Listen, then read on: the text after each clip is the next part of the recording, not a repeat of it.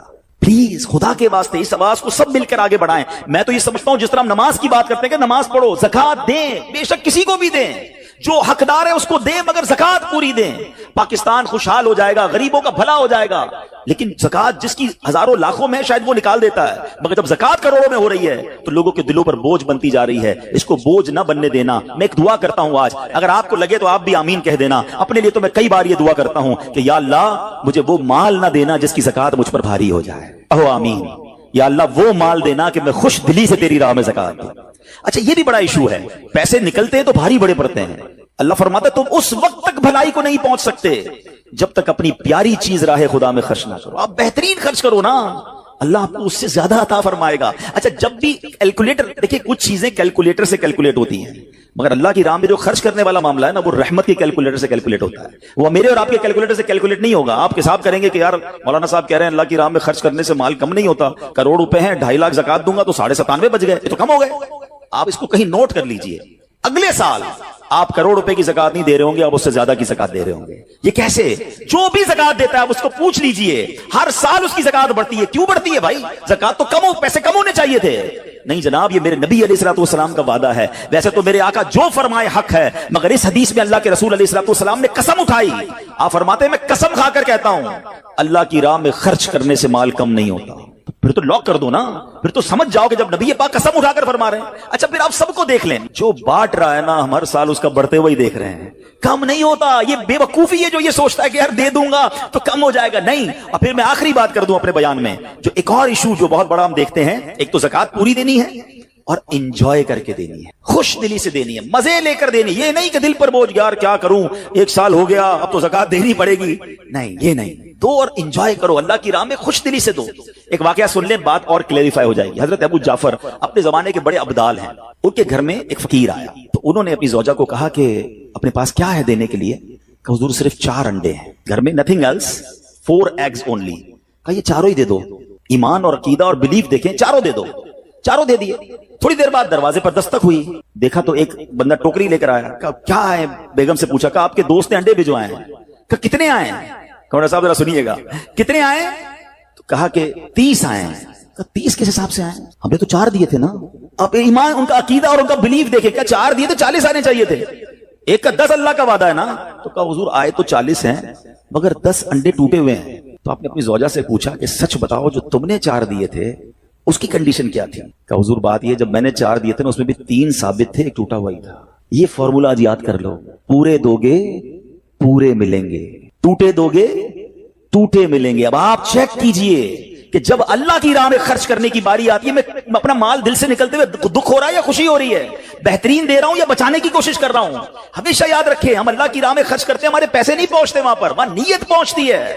اب مجھے بتاؤ نا یار، ہم اپنے لیے خرچ کرتے ہیں بہترین کھانا، بہترین لباس، اور غریب کو دینا ہے تو بچا ہوا لیفٹ اوور۔ اب اچھا اب میں کہتا ہوں 100 بندوں کو نہیں کھلا سکتے، نہ کھلائیں، 2 کو کھلائیں، اچھا کھلائیں، کوئی بات نہیں۔ آپ کسی کے دل میں خوشی تو داخل کریں، اپنے گھر والوں کے لیے لباس خرید لیں، 2 غریب بچوں کے لیے ویسا ہی لباس خرید لیں، پھر دیکھیں آپ کو کیسی برکتیں ملتی ہیں۔ تو ہمیں اس بار یہ ایک انداز اختیار کرنا ہے کہ ہم نے اللہ کی راہ میں بہترین خرچ کرنا ہے۔ اس کو ہم ایک غلطی کیا کرتے ہیں، فطرے کی، جو فطرے کی جو بات ہے اس میں آپ کو ایک بات بتاتا ہوں۔ فطرہ حدیث پاک میں 4 قسم کا بیان ہوا ہے، گندم کا، جو کا، کشمش کا اور کھجور کا، ٹھیک ہے۔ لیکن ہم بچپن سے سن رہے ہیں، جب بھی فطرے کی باری آتی ہے ہم پہلے 50 روپے تھا وہ دے دیا، 100 دے دیا، 200 دے دیا، 300 دے دیا۔ ہمیں یہ پوری حدیث یا تو ہم نے پڑھی نہیں تھی یا ہمارے ذہن میں نہیں تھی، مگر حدیث پاک میں 4 قسم کا فطرہ بیان ہوا ہے۔ غریب آدمی گندم کا فطرہ دے دے کوئی بات نہیں، مگر جو روزانہ بہترین افطاری کر رہا ہے، بہترین کھانے کھا رہا ہے، سچ بتاؤ اس کو کون سا فطرہ دینا چاہیے؟ میری افطاری روز اجوا کھجور سے ہے اور عید والے دن میں گندم کا فطرہ دے آتا ہوں۔ ہمیشہ یاد رکھے اچھا خرچ کرے نا۔